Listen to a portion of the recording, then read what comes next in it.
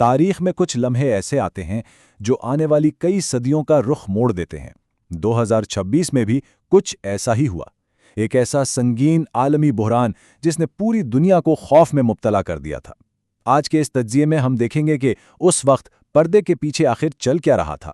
تیسری عالمی جنگ کا خطرہ بالکل سر پر تھا، دو بڑی طاقتیں آمنے سامنے تھیں۔ ایسے میں پوری دنیا کی نظریں آخر کس طرف تھیں؟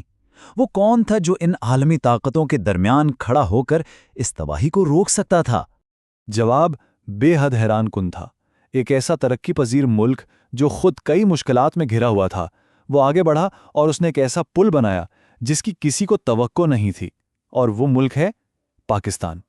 یہ سب کیسے ہوا؟ چلیں اس واقعے کی گہرائی میں چلتے ہیں۔ سب سے پہلے بات کرتے ہیں جغرافیائی حقیقت کی، ایشیا کا وہ چوراہا جہاں یہ سب کچھ وقوع پذیر ہوا۔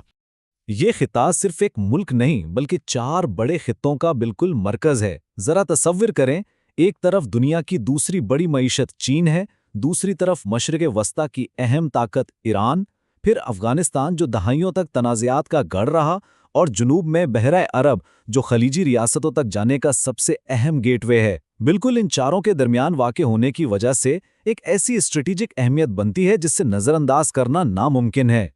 اب آتے ہیں اعتماد کے فقدان کی طرف اور دیکھتے ہیں کہ حریفوں کے درمیان یہ منفرد مقام کیسے بنتا ہے۔ بین الاقوامی سفارتکاری میں اعتماد بہت نایاب چیز ہے۔ اب ذرا ان دو متضاد تعلقات کو دیکھیں۔ ایک طرف واشنگٹن ہے، 1950 کی دہائی کا پرانا اتحاد، پھر 2025 میں امریکی اور پاکستانی اعلیٰ قیادت کے درمیان ذاتی نوعیت کے تعلقات اور وائٹ ہاؤس کے دورے۔ یہ تو ہو گئی ایک سائڈ۔ اب دوسری طرف تہران کو دیکھیں۔ ایران وہ پہلا ملک تھا جس نے 1947 میں آزادی کو تسلیم کیا، اور سب سے حیران کن بات، 1979 سے واشنگٹن کے اندر پاکستانی سفارت خانے میں باقاعدہ ایران کا ایک سفارتی سیکشن کام کر رہا ہے۔ یہ وہ منفرد سفارتی بیک چینل ہے جو پوری دنیا میں کسی اور کے پاس نہیں تھا۔ 2026 کی کشیدگی، جب واقعی ایک عالمی جنگ کا خطرہ سر پر منڈلا رہا تھا۔ 20%، یہ کوئی معمولی ہنسا نہیں ہے۔ ابنائے ہرمز کے بند ہونے کا سیدھا مطلب یہ تھا کہ پوری دنیا کو ملنے والے تیل کا 20% حصہ خطرے میں تھا۔ ایک ایسا جھٹکا جو عالمی معیشت کو چند دنوں میں تباہ کر سکتا تھا۔ سوال یہ پیدا ہوتا ہے کہ روایتی ثالث اس وقت کہاں تھے؟ وہ کیوں ناکام ہوئے؟ دیکھیے، روس تو یوکرین کے تنازع میں بری طرح الجھا ہوا تھا، واشنگٹن چین کو ایران کا حامی سمجھتا تھا، اس لیے وہاں اعتماد زیرو تھا۔ خلیجی ممالک تو خود براہ راست حملے کے نشانے پر تھے، اور ترکی یا مصر، ان کے پاس واشنگٹن میں وہ اعلیٰ ترین سطح کی رسائی ہی نہیں تھی جو اس وقت چاہیے تھی۔ یعنی سفارتکاری کا ایک بہت بڑا اور خطرناک خلا پیدا ہو گیا تھا۔ اور یہیں سے اسلام آباد کی مداخلت کا آغاز ہوتا ہے۔ انتہائی خطرے اور دباؤ والی سفارتکاری۔ مارچ 2026 کے آخری دن گھڑی کی سوئیاں تیزی سے بھاگ رہی تھیں۔ 22 مارچ کو امریکی صدر کے ساتھ ڈائریکٹ لائن قائم ہوئی۔ 29 مارچ کو اسلام آباد میں سعودی عرب، ترکی اور مصر کے ساتھ ایک اہم ترین سمٹ ہوا، اور پھر آئی 6 اپریل کی وہ طویل رات۔ امریکی نائب صدر، ایلچی اور ایرانی وزیر خارجہ پوری رات مذاکرات چلتے رہے۔ دباؤ اتنا تھا کہ الفاظ میں بیان کرنا مشکل ہے۔ 90 منٹ، آخری ڈیڈ لائن ختم ہونے میں محض 1.5 گھنٹہ باقی تھا جب اس تاریخی جنگ بندی پر مہر لگی۔ دنیا ایک بہت بڑی تباہی کے بالکل کنارے سے واپس لوٹی تھی۔ اس سب کے پیچھے دہائیوں کی نظیر موجود ہے، یعنی دو ملکوں کے درمیان پل بننے کی سفارتکاری۔ اگر تاریخ پر غیر جانبدارانہ نظر ڈالیں تو پتہ چلتا ہے کہ یہ کوئی پہلا واقعہ نہیں تھا۔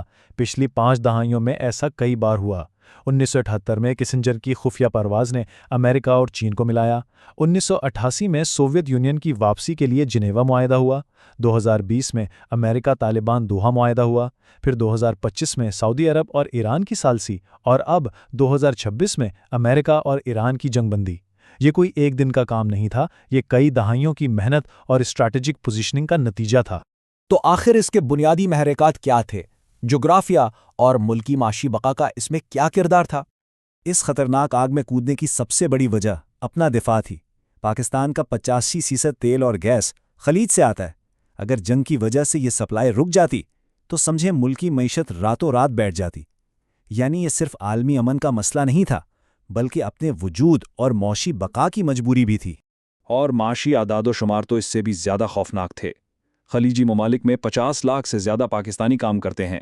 اگر جنگ چھڑ جاتی تو لگ بھگ 14 لاکھ لوگوں کو ایمرجنسی میں واپس آنا پڑتا۔ سالانہ 3 سے 4 ارب ڈالر کی ترسیلات زر کا سیدھا نقصان ہوتا۔